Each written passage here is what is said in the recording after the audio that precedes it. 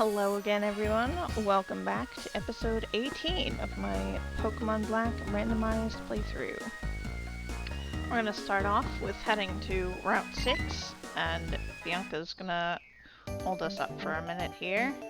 I did have a little bit of difficulty finishing up this episode, but I hope you will all still enjoy it. Once Bianca's done admiring my shiny new gym badge, she decides it's time to challenge us to a battle, because she is a trainer after all.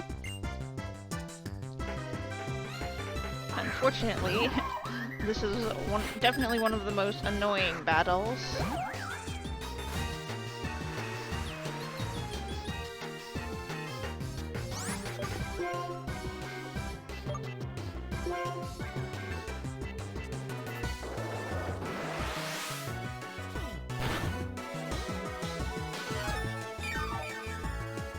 And there it is, the Hyper Potion to restore Cinccino back to full health.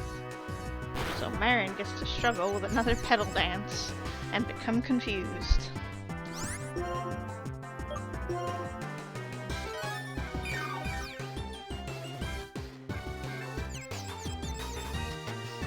After yet another Hyper Potion, Marin fails to even land a hit and instead only smacks herself in confusion.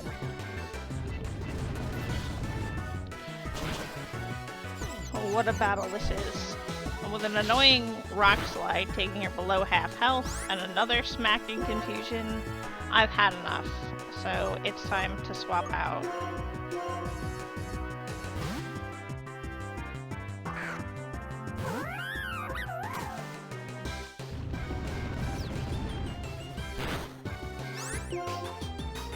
Luckily, Vician is able to tank the Rock Slide pretty well, since he's not weak to it. His defenses are definitely better compared to Marin's in that regard. However, Uproar still poses a problem, so we're gonna go for a bit of healing. Because that Uproar is nasty. Vician's special defense is probably not great.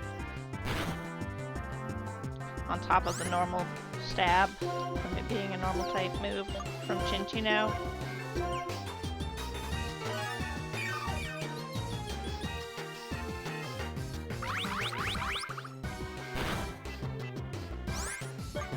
Once Cinccino's calmed down, I figure it's safe to try and attack again.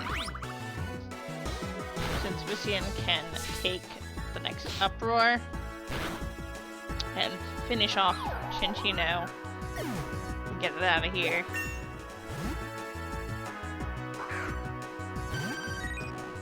And then it's back into Tidal Wave to handle Bianca's Lampent, which should be significantly easier. And just like that, it's one shot. With the stab plus rain, it really didn't stand a chance.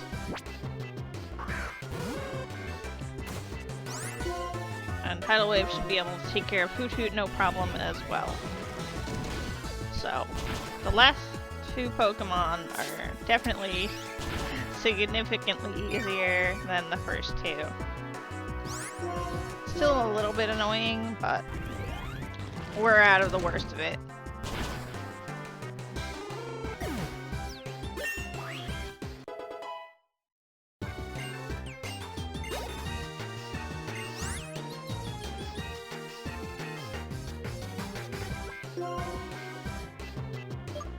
I really had to think here on who I should have to handle Dustox. I thought about switching into Blaze, but then I realized, well, it's raining. So the better move would be to just stay in on Tidal Wave and have Tidal Wave take care of it. Luckily, Dustox doesn't really go for an attack move and just kinda shoots a sticky web. So Tidal Wave takes care of business. Nice and easy. And just like that, Bianca is finally done. She was actually pretty annoying here, especially with those Hyper Potions. But she gives us the HM for Fly, So ultimately, it's all worth it in the end. After that battle, my team definitely needs a quick heal, and then we can finally move on to the actual route. And right away, we find a scientist who wants help with his experiment. I'm like, hey, you know, why not, right? Fuck it. He's got one Pokemon.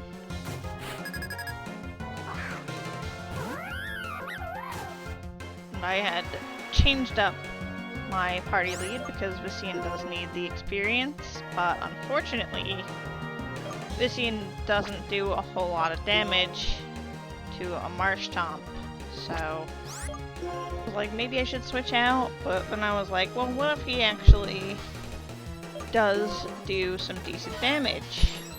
Unfortunately, William decides to use an X defense, so that's really gonna hurt Vicien's chances of doing much damage.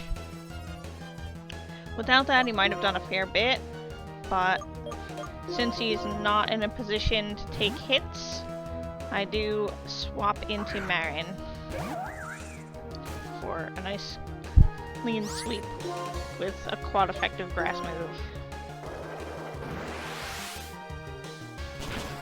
Petal Dance takes care of business.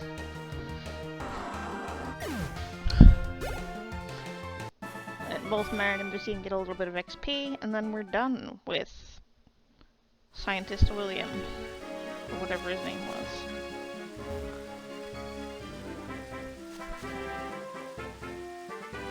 Completely forgetting that I had 12 repels in my bag, I carefully slink through the grass, and a little curious about the lady on the bridge. I thought, oh well, maybe she's a trainer, but no, she just talks about Pokemon abilities. And then I have a little bit of a run-in in the grass, and then I remember to actually check my bag, and I put on the Super Repel, so we should be good to go from here out.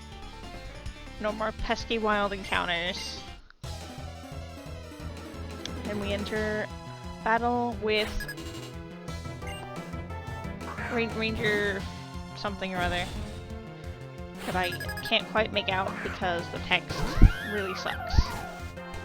I think not too sure what's up with the text in this game. It seems to be, it's probably some kind of glitch with what I am using to play it on. But regardless, Vicien does his best against Snorlax, and unsurprisingly, it doesn't do much, but he is able to tank a Giga Impact, which is very nice, because that means I can just heal him up, and then just keep smacking him with returns. And Vicien's able to take out Snorlax all on his own, with a bit of potion help.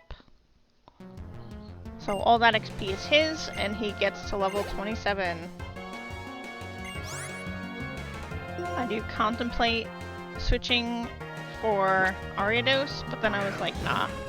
Vicien's got this. He knows Fly now. And Vicien wants to test out his new ability to fly. Because this is a randomizer where anything can happen, and Lopunny can fly. Lopunny can fly in this game. And he gets a critical hit on Ariados and takes it out in one shot, which is very nice. Good job, Vicien. Your hard work's paying off. You're actually a good bit stronger now. And what's-her-name gives us a cherry berry, tells us about the breathing of Pokemon and plants or something like that, and then we're on our merry way to the next battle with a Parasol Lady.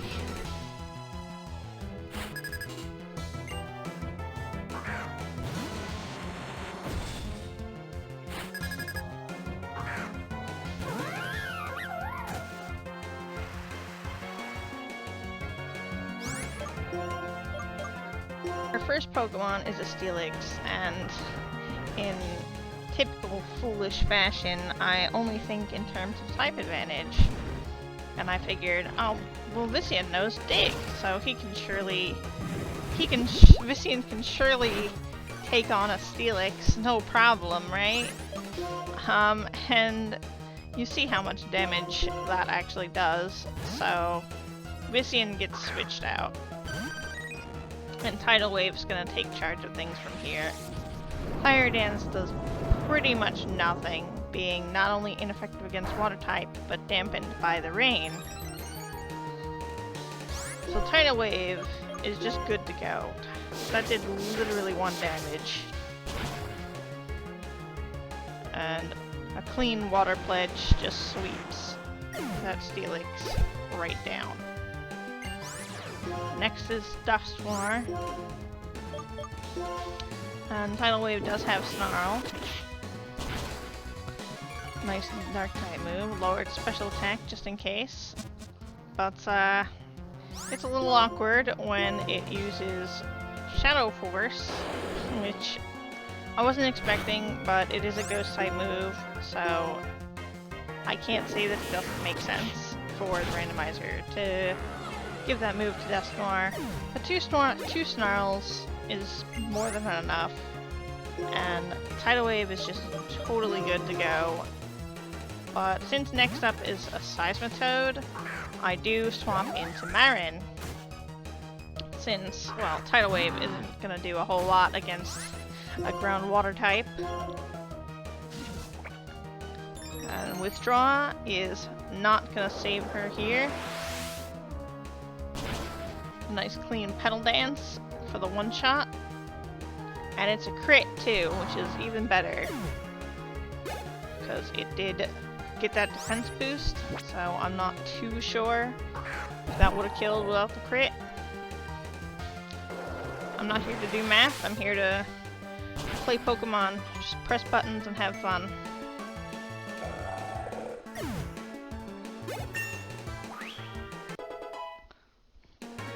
Marin is here to sweep those ground types.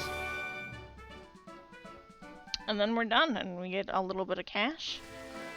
And we're just moving right along. Now I actually decide to start being careful here. And I do avoid the scientists on this route outside the season research lab. Because I'm like, you know what, I've had enough of these random battles. This was time consuming and annoying, but I do spot that item down here and I decide I want this item. It is an elixir, which is very useful to be sure.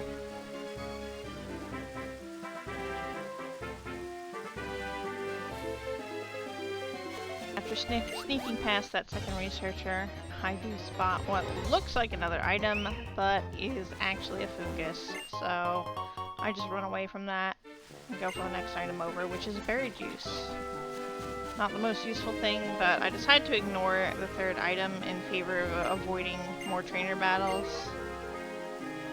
And I make my way to the rest house. I thought there probably was a rest house here, but I couldn't fully remember if there was or was not outside the cave. But I do know that now we're getting close. This guy talked about me Chargestone Cave. Chargestone Cave is not where we're going. The cave we're at right now is Chargestone Cave, which is where Clay asked to meet him. So he just kind of shows up. Apparently people are having problems with the nest blocking the entrance, which I would not want to touch that with a 10-foot pole. So I am pretty glad that Clay came and like took care of that, because there's probably, I mean, I don't know if people normally go through Chargestone Cave or not. I'm not too sure if this is like actually a passage that leads somewhere. Like, is it a necessary passage to the next town? That I don't know, but Team Plasma is here. And par for the course, we get to have a little chat with N. And of course I'm not going to agree that if people did not exist, this would be an ideal place, because that's a bit ridiculous. Of course I'm not going to agree to that. I don't know how you even got in here, considering there was a web on the entrance of the cave. So, apparently Getsus wants to see what kind of Pokemon trainer I am. So I'm just like, you know, alright, whatever, I guess. And I just make my way in. Right as I reach a floating rock, Bianca shows up and explains the floating stone's mechanic. He explains that we have to touch them in a particular way to get them to move in order to progress. Professor Juniper is just kind of going on a little bit of a rant here, but actually gives us the lucky egg, which is something that is useful. I did consider giving it to a Pokemon immediately, but I decided to hold off for now because most of my team already has items that are useful to them, and I'll probably save it for when I'm focusing more on actual training.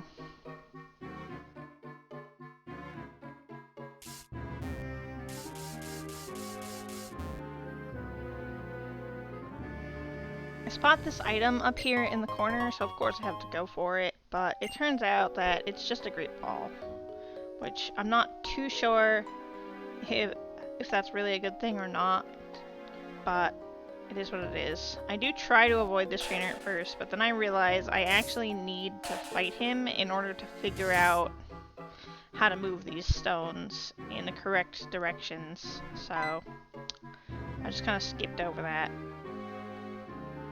I don't think it's important. I don't think his battle really matters much. And I'm really just trying to get through this cave right now. Bianca and the professor are kind of like, I think they're probably trying to help, but what they're really doing is slowing me down by forcing me to stop. So I wander north a little bit, and I realize there's nothing actually up here, and I can't go this way. So, after a bit of confusion, I do head back down to the south instead. And there's where I find the bridge and the Shadow Triad, who just appear and escort me across because I needed to be escorted across, apparently. They couldn't just let me get there on my own time. Water Gem is pretty cool though. Likely won't be using that. I've never really found much use for the gems because they're single use, and I don't really care about single use items. It's like, you know, I may as well just have like a Mystic Water or something. But anyway, I managed to avoid this trainer here. I do pop another repel since my repel is worn off, but I figure this is a pretty good time to stop, because to go down these stairs, I'll have more Team Plasma shit to deal with, so I'll catch you guys in the next episode. Give me a like if you enjoyed.